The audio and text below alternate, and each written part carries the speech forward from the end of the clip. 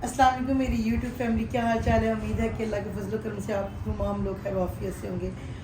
जो लास्ट मेरी वीडियो थी वो पीएच लेवल की थी कि हमारे हेयर और स्किन का जो पीएच लेवल है वो कितना होना चाहिए। ये पिछले भी लास्ट वीडियो में मैंने आपको बताया था कि 0 से लेकर 6.19 तक हमारा जो होता है बाल वो एसिडिक होता है, ठीक है। 7 पे न्यूट्रल होता है, 8 से लेकर 14 तक ये हमारा बाल अल्कलाइन की तरफ चला जाता है, ठीक है। हमारी जो नॉर्मल स्किन एंड हेयर का पीएच लेवल होना चाहिए वो कितना होना चाहिए, वो 4.5 से 5.5 तक होना चाहिए, ठीक है। हेल्दी जो बाल होता है, हमारा जो नॉर्मल बाल होता है उसका जो पीएच लेवल होता है वो 4 से 5.5 तक होना चाहिए। अब अगर मैं दो चीज़ों में इसको डिवाइड करूँ, एसिडिक और एल्कलाइन, ठीक है। इसमें कौन कौन सी आज हमने बात करनी थी कि हमारे जो पीएच बैलेंस में जो एयर प्रोडक्ट इस्तेमाल होती है वो कौन कौन सी चीज़ें इस्तेमाल होती हैं और किस किस उनका पीएच लेवल जो लेवल है वो कितना कितना होता है, ठीक है। हमारा जो अब एसिडिक में हम जो कंडीशनर का हमारा होता है वो कर लेंगे, इसका 3.0 से 3.5 तक इसका पीएच होता है, ठीक है। कंडीशनर का हमारा 3.0 से 3.5 तक पीएच होता है। हमारा जो मास्क होता है जो हम ज़्यादा इस्तेमाल नहीं करते या केयर नहीं करते तो उसका जो पीएच लेवल होता है वो हमारा 3.5 से 4.5 पे उसका पीएच लेवल होता है, ठीक है। सीरम का हमारा 5 होता है और केराटिन का भी हमारा 5 होता है।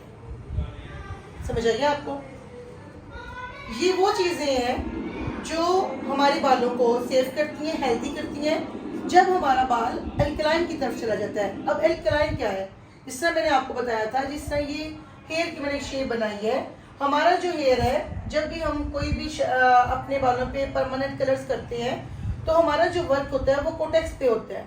कोटेक्स के जब वर्क होता है तो उसमें जो पिगमेंट्स होती हैं हमारी रेड, येलो, ब्लू, उसमें जो पिगमेंट्स होती हैं उनके ऊपर हमारा काम हो रहा होता है, ठीक है। तो जब हम इन पिगमेंट्स पे काम करेंगे तो हमारे लिए ये क्यूटिकल क्लियर ओपन होना बहुत ज़रूरी है।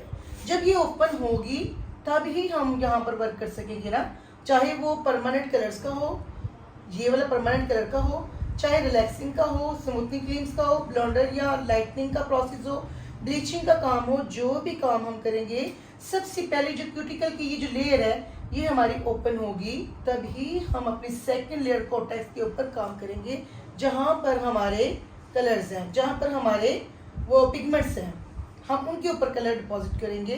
तो उसके लिए सबसे पहले ज़रूरी है कि हमारी ऊपर सबसे पहली जो लेयर है ये ओपन हो, ठीक है। इसके लिए हम शैम्पू और कंडीशनर इस्तेमाल करते हैं, ठीक है। वो थोड़े से हार्श होते हैं, उनका जो होता है वो 8.13 पे चला जाता है। बाकी जब हम बात करते हैं हमारे परमानेंट जो अल्कलाइन में जो चीज़ें आती हैं वो हमारे परमानेंट कलर आ जाते हैं, ठीक है।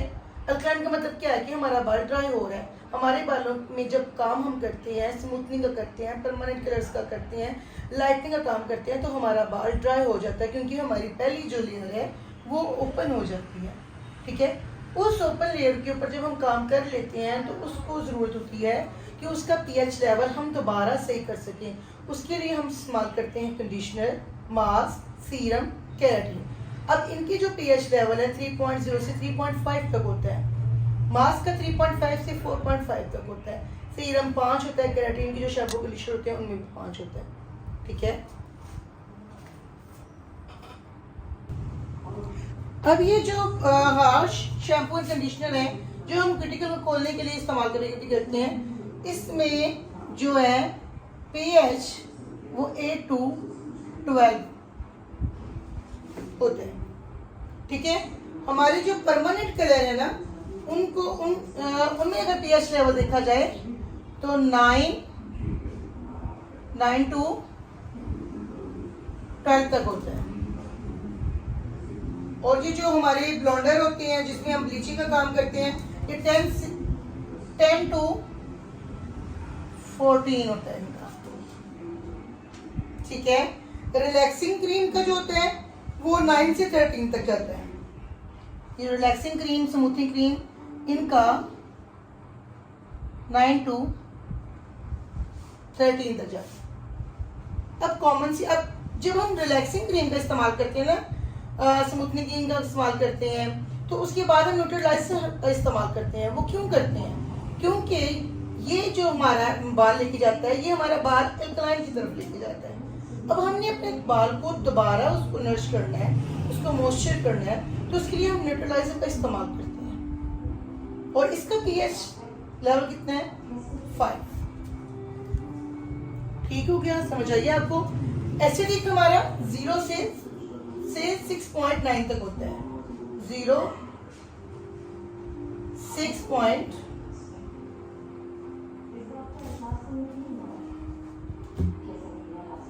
1 से 6.9 तक होते हैं। और ये जो अल्कलाइन है ये 7.1 से 14 तक होते हैं। जब भी हमने कोई शैम्पू वगैरह इस्तेमाल करना है तो हमें ये बात ज़हन में रखनी चाहिए कि उसका जो पीएच लेवल है, पहली बात तो ये है कि वो सल्फर फ्री होनी चाहिए। जब भी हम अपने बालों पे कोई शैम्पू करते हैं तो sulphur free shampoo and conditioner का इस्तेमाल करना है हमने सबसे पहले, जब भी हमने प्रोडक्ट परचेज करनी है, क्योंकि सल्फर फ्री शैम्पू ही हमारे लिए बेहतरीन है। और सल्फर फ्री शैम्पू और जो कंडीशनर है उनका जो पीएच होता है वो 6 होता है। ठीक है?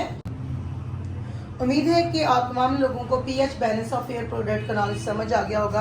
आपको समझ आ गया होगा कि कौन सा बाल हमारा एसिडिक की तरफ हो, और जब हमारा बाल अल्कलाइन की तरफ होता है तो उस वक्त हमारा बाल ड्राई हो जाता है। हमारा जब बाल एसिडिक की तरफ होता है हमारा बाल नरिश और अच्छा होता है।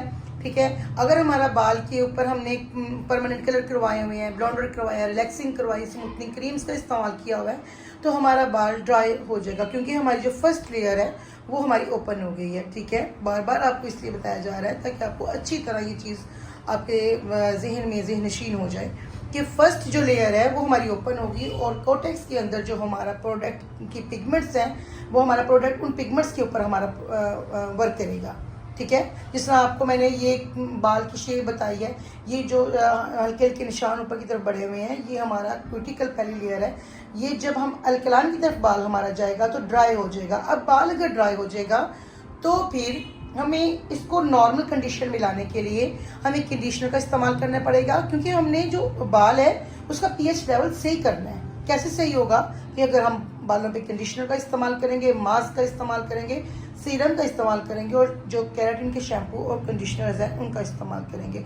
उम्मीद है कि आज की वीडियो जो pH balance of air product की थी, नॉलेज बहुत ज़्यादा इसमें आपको नॉलेज मिला होगा। मुझे अपनी दुआओं में याद रखिएगा। मेरा चैनल प्लीज़ सब्सक्राइब कर लीजिए, और ताकि हर आने वाली वीडियो आप तक बआसानी पहुँच सके। मुझे अपनी दुआओं में याद रखिएगा। अल्लाह हाफिज़।